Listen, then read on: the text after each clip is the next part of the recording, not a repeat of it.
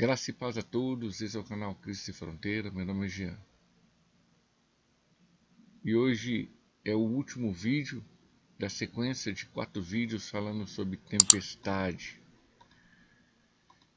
Lições que aprendemos com a tempestade da vida. A Bíblia tem 4 tempestades e esse é o último vídeo. Lições que aprendemos sobre essa tempestade. Eu vou deixar na descrição do canal as outras 3 tempestades. Se você não viu, você vai lá, veja, procure entender as 4 tempestades no geral e que cada uma delas existe lições preciosas que devemos usá-las para cada uma delas. Esta é a única tempestade que tem no Antigo Testamento. Está no livro de Jonas, capítulo 1. Eu vou ler do versículo 1 ao 5 e vou fazer uma conclusão sobre as 4 tempestades. Preste atenção no que diz a palavra do Senhor. E veio a palavra do Senhor a Jonas, filho de Amitai, dizendo: Levanta-te, vai à grande cidade de Nínive e clama contra ela, porque a sua malícia subiu até mim. E Jonas se levantou para fugir de diante da face do Senhor, para Tarse, e descendo a Jopé, achou um navio que ia para Tarse. Pagou, pois, a sua passagem e desceu para dentro dele, para ir com eles para Tarse, de diante da face do Senhor. Mas o Senhor mandou ao mar um grande vento e fez-se no mar uma grande tempestade, e o navio estava para quebrar-se. Então tremeram os marinheiros e clamaram cada um ao seu Deus, e lançaram no mar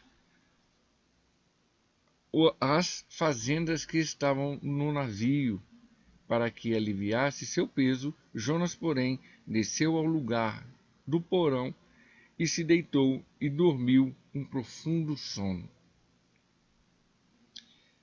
Ela continua a relatar sobre essa tempestade e Jonas conversa com os marinheiros, do versículo 6 ao 13, falando que porventura pode ser que ele tenha causado isso.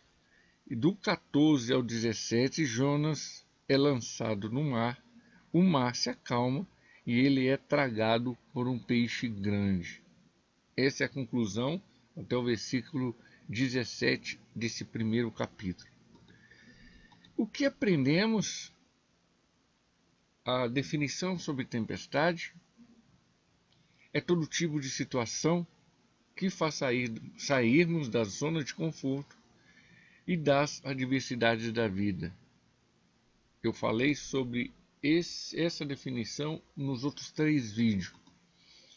Aqui eu coloco exemplos sobre tempestades, tribulação, aflição, preocupação, ansiedade, estresse e provação. Eu também falo que todas as tempestades vêm, mas são passageiras. Todas as tempestades vêm para sempre nos testar e todas as tempestades vêm para mostrar quem nós somos de verdade. Essa é a única tempestade no Antigo Testamento. As outras 2 é relatada nos Evangelhos e a terceira tempestade, vamos dizer assim, ela é relatada em Atos dos Apóstolos e foi o apóstolo Paulo que passou quando ele vai para Roma, para César. Primeiro ponto que eu quero mostrar sobre essa tempestade. Esta nossa obediência. Você reparou que muitas das vezes entramos em tempestades por desobediência a Deus? Muitas das vezes entramos em tempestades porque não fazemos o que Deus fala nas Escrituras? Deus falou para Jonas para ele ir fazer a sua vontade, levar o ID à grande cidade de Nínive e trazer o maior avivamento da Bíblia, se não for o maior do mundo. E Jonas foi lá, nem se preocupou com as pessoas que estavam lá, porque ele sabia que ao falar sobre Deus e sobre essa sentença, as pessoas iam se converter, se arrepender, porque Jonas tinha esse ofício de profeta, esse ofício em proferir a palavra de Deus e fazer mudanças através dela, transformações na vida daqueles que estão ouvindo. Toma cuidado com a obediência perante a palavra de Deus. A gente sabe muito bem que existe uma passagem muito interessante que está aí, ó, em 1 Samuel, capítulo 15, versículo 22 e 23. Samuel, porém, respondeu: Acaso tem o Senhor tanto prazer em holocausto e em sacrifícios, quanto em que se obedeça a sua palavra? A obediência é melhor do que o sacrifício, e a sua submissão é melhor do que a gordura do carneiro, pois a rebelião é como um pecado de feitiçaria, e a arrogância é como o mal da idolatria. Só até aqui. Então aqui é a passagem mais conhecida falando sobre desobediência. A pessoa vai lá, desobedece como o rei Saul, e depois quer fazer sacrifícios para que isso acalma Deus, isso faz um acordo com Deus. Eu estou fazendo esse sacrifício aqui, mas o Senhor alivia aí para mim. Nunca existiu isso na Bíblia. A própria Bíblia, a palavra de Deus, já responde. Obedecer é melhor do que sacrificar. Então não adianta, depois que você desobedeceu, não adianta sacrifício. Não adianta você se sacrificar. Não adianta você fazer entregas, ajudar pessoas, que nem o próprio Saul aqui. Deus falou para ele através de Samuel para matar, ele foi lá e não quis matar. Ele pegou alguma coisa para ele e ele depois simplesmente foi lá e fez sacrifício para ver se Deus ia aceitar. Deus não aceitou. Deus não é esse tipo de Deus de barganha. Ele quer que nós, cada um de nós, obedeça-o. Ponto. Ou você obedece, ou você é um rebelde, que nem fala aqui. Você é um rebelde. E ele não gosta de busca, aquelas pessoas que buscam por ato de feitiçaria, aquelas pessoas que buscam outros deuses, além de entrar na idolatria, entra também no tal de espiritismo. Deus não gosta disso. O segundo ponto que eu quero mostrar para vocês é: testa a nossa vontade. O que está prevalecendo na tua vida? A tua vontade ou a vontade de Deus? A sua vontade em relação ao centro da vontade de Deus. Temos nossa necessidade humana, nossa base como vontade cristã, e fazer a vontade de Deus como centro de tudo. Preste atenção com relação à vontade. Existe a vontade do reino, existe a vontade de Deus, e existe a vontade na autoridade de Cristo, na vontade de Jesus. A vontade de Deus no caso do reino, em primeiro lugar. Mateus 6, 33. Busquem, pois, em primeiro lugar o reino de Deus e a sua justiça, e todas essas coisas lhes serão acrescentadas. Todas essas coisas lhes serão acrescentadas, que ele fala desde o versículo 25. Comer, beber, vestir. Deus pode fazer muito mais por nós, sim. Deus pode acrescentar todas as coisas, sim. Mas esse versículo, normalmente na igreja, eles falam errado. Deus não vai acrescentar tudo na sua vida se você não fizer a sua parte. Mas Jesus está referindo essas coisas nesse versículo. Essas coisas que está dizendo desde o versículo 25. A vontade de Deus. Qual que é a vontade de Deus? Mateus 7, 21.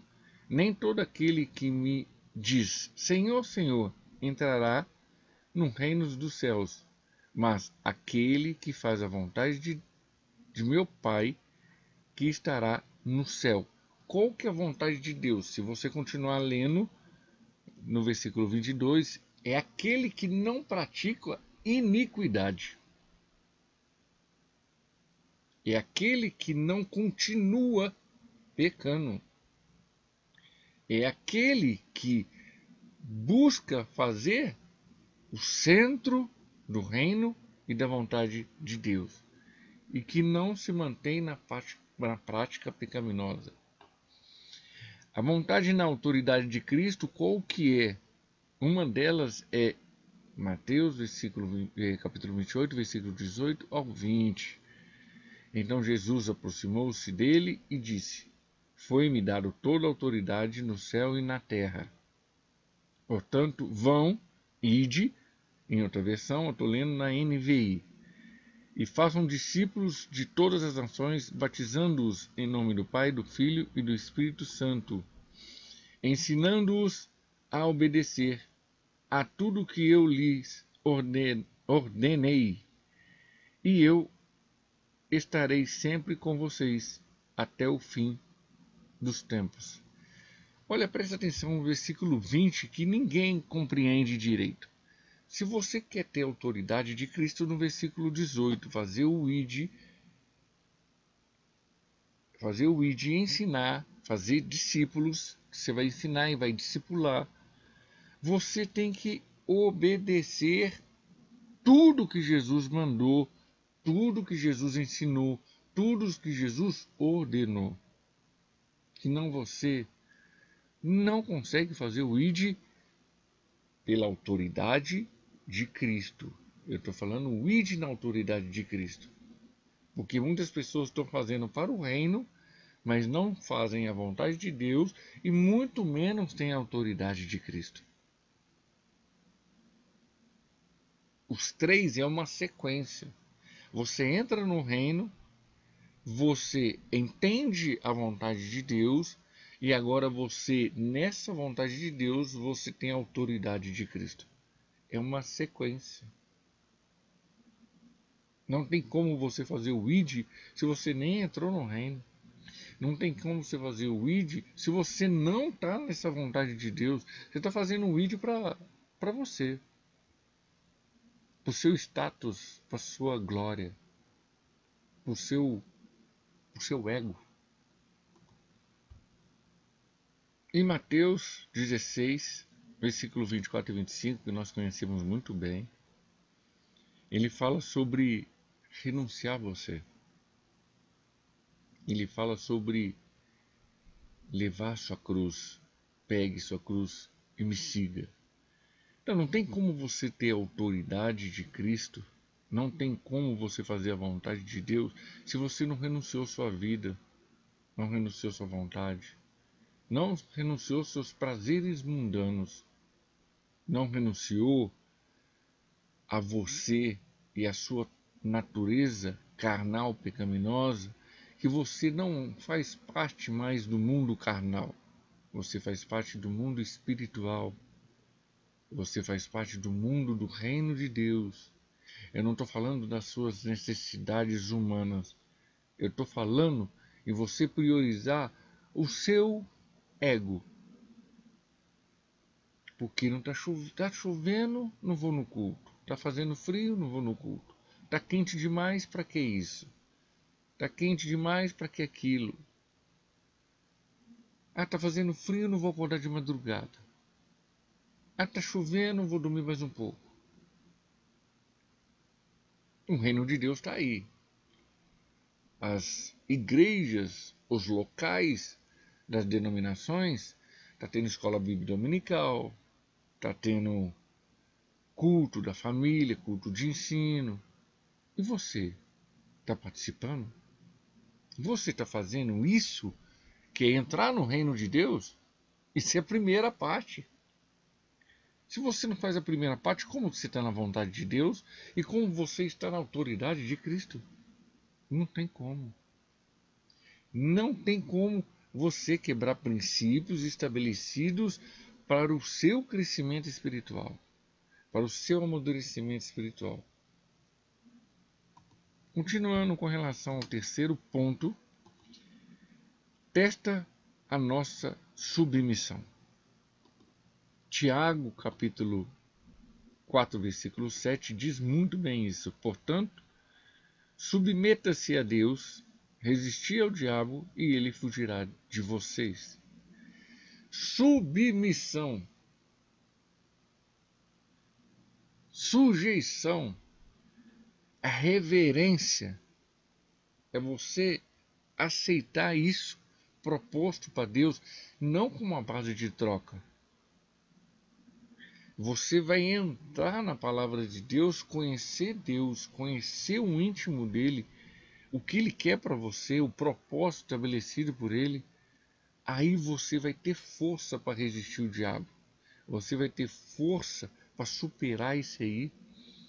Porque o diabo nada mais é que o intensificador e potencializador de sua fraqueza. Aí para a gente entender o que esse intensificar e potencializar é como o som do carro. Aí você coloca um módulo naquele som do carro para ele intensificar e potencializar a força dele. E o som do carro nada mais é que um exemplo do nosso pecado. Aí ele intensifica e potencializa o seu pecado, a sua fraqueza, a minha fraqueza, o meu pecado. Que cada um de nós tem um espinho na carne. Como um ditado conhecido, popular, cada um de nós tem um calcanhar de Aquiles. Continuando, com relação à minha conclusão. Presta atenção que, como eu falei, as 3 tempestades estão no Novo Testamento. Ela testa o nosso limite, nossa reação, nossa fé, nossa obediência, nosso esforço e bom ânimo, nossa crença, nossas ações, o nosso bom ânimo de novo, nossa confiança e nossa crença de novo. Essa é o resumo com relação às outras 3 tempestades. Só que se você prestar atenção, as outras 3 tempestades eram tempestades naturais, não são tempestades divinas, criadas por Deus, ou muito menos pelo diabo. Essa tempestade é a única tempestade que foi manifesta por Deus. Deus levantou um vento forte e ocasionou a tempestade por desobediência de Jonas. Porque Jonas trouxe a desobediência nas suas ações e não quis ir para Nínive, foi ao oposto de Nínive, foi para outro lugar, ou quis ir para outro lugar. E com isso, Deus manifesta o seu poder, a sua autoridade, a sua soberania sobre toda a terra. Isso está no versículo 4. Deus vai lá e faz isso para trazer Jonas no seu devido lugar. você é meu, você deve obediência a mim, você é um profeta meu, você tem que fazer do jeito que eu quero. E quantas igrejas hoje estão se desviando da palavra de Deus? E quantas igrejas hoje estão se desviando do centro da vontade de Deus? E muito menos não tem mais a autoridade de Cristo. Em sua vontade estabelecida, com relação à vontade de Deus estabelecida, em sua permissão para corrigir uma pessoa desobediente, que foi o profeta Jonas, em seu decreto estabelecido, Jonas faz o ide, ensine aquelas pessoas que estão realmente pecando em excesso e veio até mim essa maldade, essa malícia deles. Um povo que estava condenado por Deus, mas Deus queria salvá-los. Deus sabia que Jonas iria profetizar e o rei ia fazer um arrependimento com relação ao povo geral, com relação ao povo, porque o rei pede para o povo orar e jejuar com relação a isso, e o povo inteiro se arrepende. E olha que era para Jonas fazer o ide em 3 dias, Jonas fez em 1. Olha o avivamento poderoso quando Deus quer avivar, quer salvar. Preste atenção no que eu vou falar. O que você está colhendo com relação a essas tempestades? Qual dessas 4 tempestades você se encontra? Será que a tempestade que você se encontra, você não está plantando e agora vai ter que colher? Como está em Gálatas capítulo 6, versículo 7. Essa é a única tempestade que foi manifesta fora da natureza, fora do padrão natural da terra. As outras 3 tempestades, tanto as 2 no Evangelho e tanto aquela que está em Atos dos Apóstolos e foi apóstolo Paulo que passou, foi algo natural. Não tem nenhum relato nas 3 que foi algo divino. Foi algo que acontece naturalmente, como nas 4 estações. Tem época que chove, tem época que não chove. E naquela época era a época de chuva. Eu deixo a paz a todos, ao nosso Senhor Jesus, toda a honra e toda a glória. E se você gostou, comente, dá um like, compartilha, ajude o canal a crescer.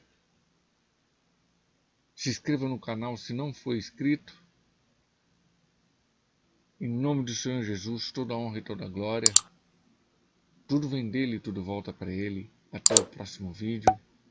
Bye, bye.